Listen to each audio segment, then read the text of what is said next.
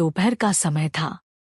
बाहर दुनिया अपनी रफ्तार से चल रही थी, लेकिन उस कमरे के भीतर समय जैसे ठहर गया था।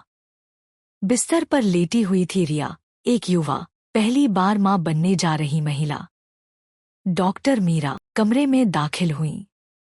उनके चेहरे पर एक गंभीर लेकिन शांत भाव था।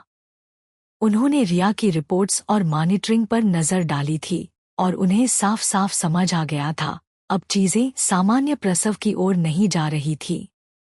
डॉक्टर मीरा ने समझाया कि अब रिया का सीजेरियन ऑपरेशन, सी सेक्शन, करना आवश्यक हो गया है। कमरे में एक पल को सन्नाटा छा गया। रिया की सांस थोड़ी घबरा गई। उन्होंने संकोच के साथ पूछा कि क्या ऑपरेशन टाला नहीं जा सकता। डॉक्टर मीरा ने नरमी से लेकिन दृढ़ता के साथ जवाब दिया, अगर देर हुई तो यह मां और बच्चे दोनों के लिए जानलेवा साबित हो सकता है। श्री शर्मा ने रिया की ओर देखा, फिर डॉक्टर की ओर। उन्होंने हल्के से सिर हिलाया।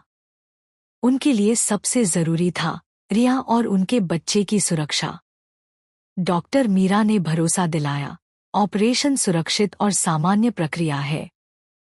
कुछ ही देर में वे सब अपने बच्चे को स्वस्थ रूप में अपनी गोद में लेंगे। क्या आपने कभी सोचा है कि सीजेरियन का कारण क्या हो सकता है? पहली डिलीवरी सीजेरियन थी।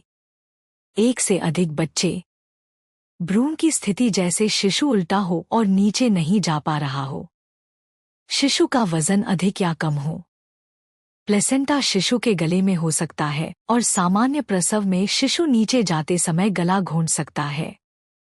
शिशु ने मां के पेट में मलत्याग किया है।